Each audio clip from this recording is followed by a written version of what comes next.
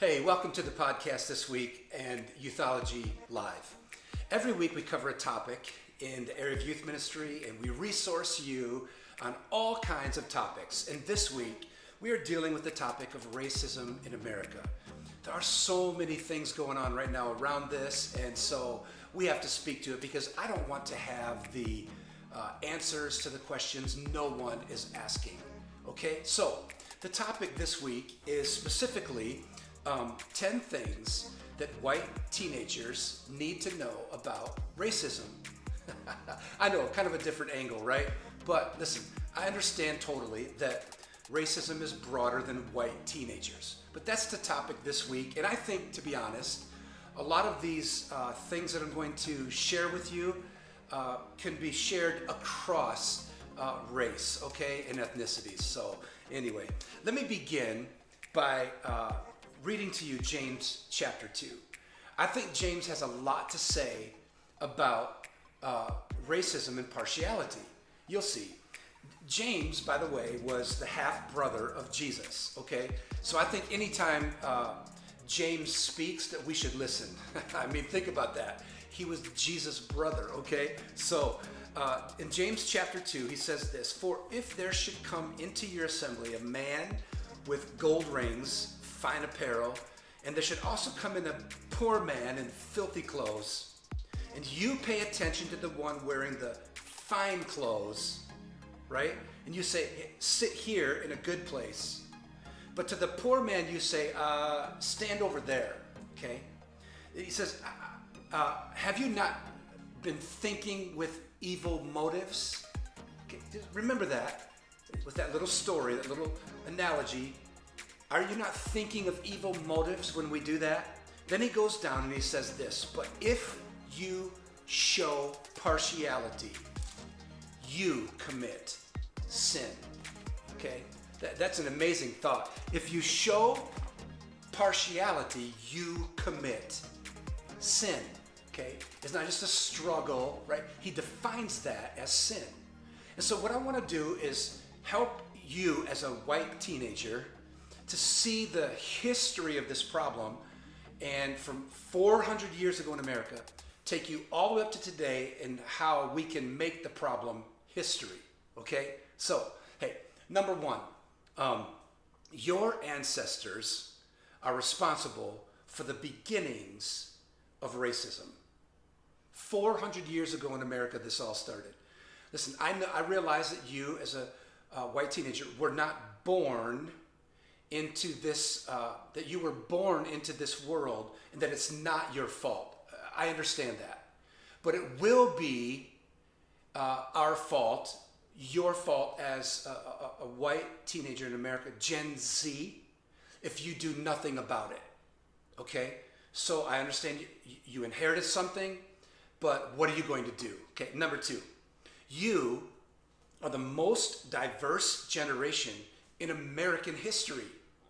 Think about that. I think that's significant. The fact that you are the most diverse generation in American history, which tells me that you are equipped to deal with this issue.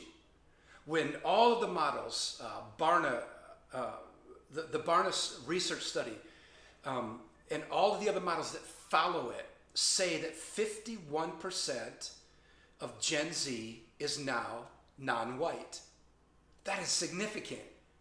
51% of Gen Z, non-white. And then the second statistic is that 81% of millennials, the older brothers and sisters of Gen Z, and Gen Z together, the millennial Gen Z set together, 81% of them have a person of color in their close circle of friends. So, man, that's a healing point to launch from. Okay, number three, you can make a difference. I know that when you look at the structures and you look at the systems of racism, that they seem insurmountable. And you think, man, I'm a white teenager. There's nothing I can do. No, you got to stop thinking that way. There is something you can do. Remember that a journey of 1,000 miles begins with one step, with just one action.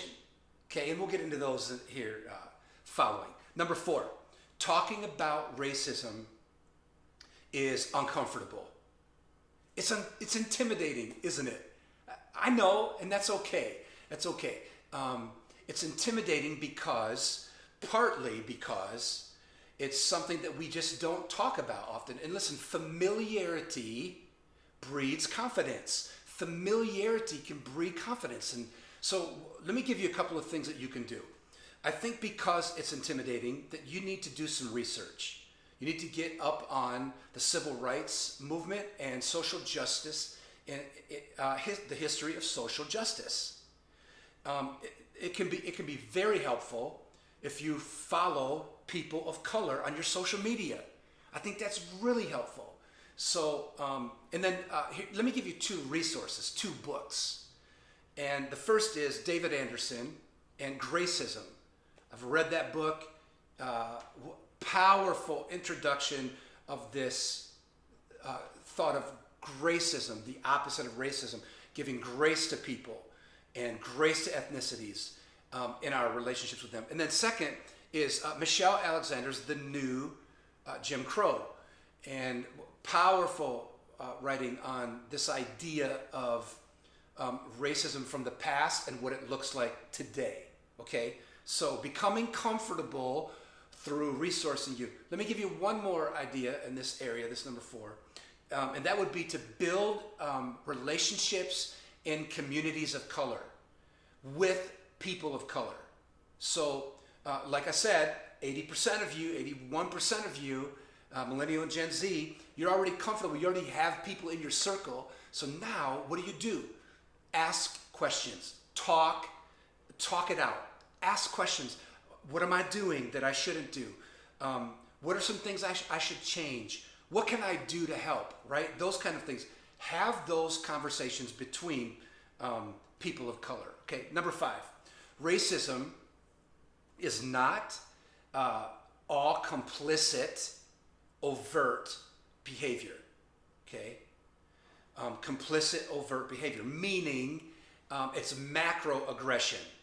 Okay?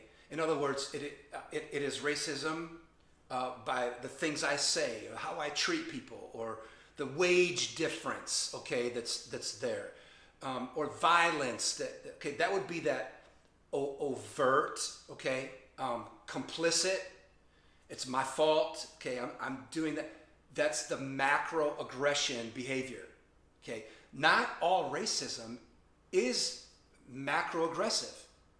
As a matter of fact, most of it is probably more implicit or microaggression. Okay? Maybe you've heard the term, maybe you need to get more familiar with this term, implicit bias, or the invisible knapsack is what it was initially called. We call it now invisible backpack. Things that I carry that I've carried with me through that I need to unpack. Okay? These are white privilege, specialness. Okay, all of these can lead to that sin of partiality. Okay, so become familiar with the macroaggression and the microaggression. All right, number 6, stop thinking that only the KKK and white supremacists are the perpetrators of racism. We know that that's not true, that racism looks different, okay, for all. Listen, a racist does not just drop a cross on your property, a burning cross on your property. A racist is not just shaved head and black boots. Okay, it goes beyond that. Listen, it gets into that macro and that micro discussion. And so what I want you to see is that implicit, that hidden. Okay, I like to call it the ethic. Okay, the ethic of racism and how I treat people, because not everything is going to be outward. It's ideological, how I think, how I've been raised. We know that children are not born racist. They are raised racist. So we have to deal with that at the implicit, covert, covered up level. All right, number 7, seeing race and ethnicity. Wow. One of the things I wish I could tell every white teenager, every teenager, right, is this whole idea of race and ethnicity and the difference between them. Race is your color. Race is your hair, right? Race is the external physical description of a person. Ethnicity is your background and your culture. It's what makes you up, okay? So race being physical, all right? And then ethnicity being cultural or more personal, okay? In your background and the way that you were raised. So maybe this is a way to look at it. We need to be as comfortable with a kaleidoscope as we are with our monochrome. A monochrome is just black and white. Right? It's way less diverse. Okay? A kaleidoscope is much more diverse, has all kinds of hues. Okay? We used to sing the song red and yellow, black and white, black, brown and white. They are precious in his sight. This is the whole idea of the kaleidoscope versus the monochrome. Okay? So be comfortable with humanity. Okay? Humanity. Okay, which leads me to my 8th point. White is not normal. Okay, white is not the norm. Nor is black the norm or brown the norm. No. The norm is humanity, okay? So when I say this, I know there's tension when I just say white is not normal and people can react to that. Well, that's okay. We should be reacting and having these discussions. It's okay to do that. But what I want you to understand is God did not just create white people. And God did not just create black people. And God did not just create brown people. Okay, God created humanity.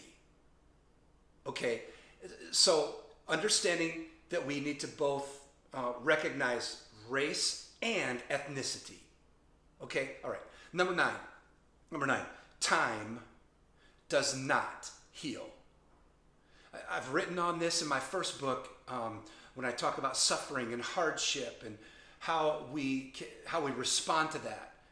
I spent a whole chapter talking about this in the book, #IfJobHadTwitter, if you want to look at that resource. But here's the idea. Time doesn't heal. I mean, if it did, is 400 years not long enough? Okay? Is 400 years of racism not long enough? Do we have to wait longer? No, listen. Time doesn't heal. What we do with time brings healing. In other words, I like to say it this way. If we bring God into our time, then that brings healing. But if we don't bring God into our time, it doesn't bring healing. Because listen, we have to, as Paul said in 2 Corinthians chapter 5, we have to get rid of old things and welcome new things into our life. The old has passed away, the new has come. Right? John 3, for God so loved the world that he gave his only begotten son, that whoever believes in him would not perish but have everlasting life. Listen, this whole idea of time healing, no. Time doesn't heal. Integration doesn't heal. I mean, that's all part of it. We want integration. But listen, transformation heals. God and the gospel bring healing. Okay? All right, listen, number 10. And it goes, it is the opposite of the first one. So let me take you back to the first one, where your ancestors are responsible for the beginnings of racism. But hear me, it is now your generation that is responsible for the ending of racism. And I believe you're up for it. I believe that the greatest civil rights leaders and the greatest social justice movement leaders are going to come out of Gen Z. I believe it with all of my heart. I work for that on a weekly basis. That's why I'm taking these tense kind of discussions to do this. Listen, I'm not the only voice. Ythology is not the only voice in this racism discussion. We're just part of the narrative. And I really believe that if you will see yourself as the healers, as the social justice activists, as part of the generation that will end this racism, I believe that if we put the pen in the hand of your generation, you are going to write a whole nother story.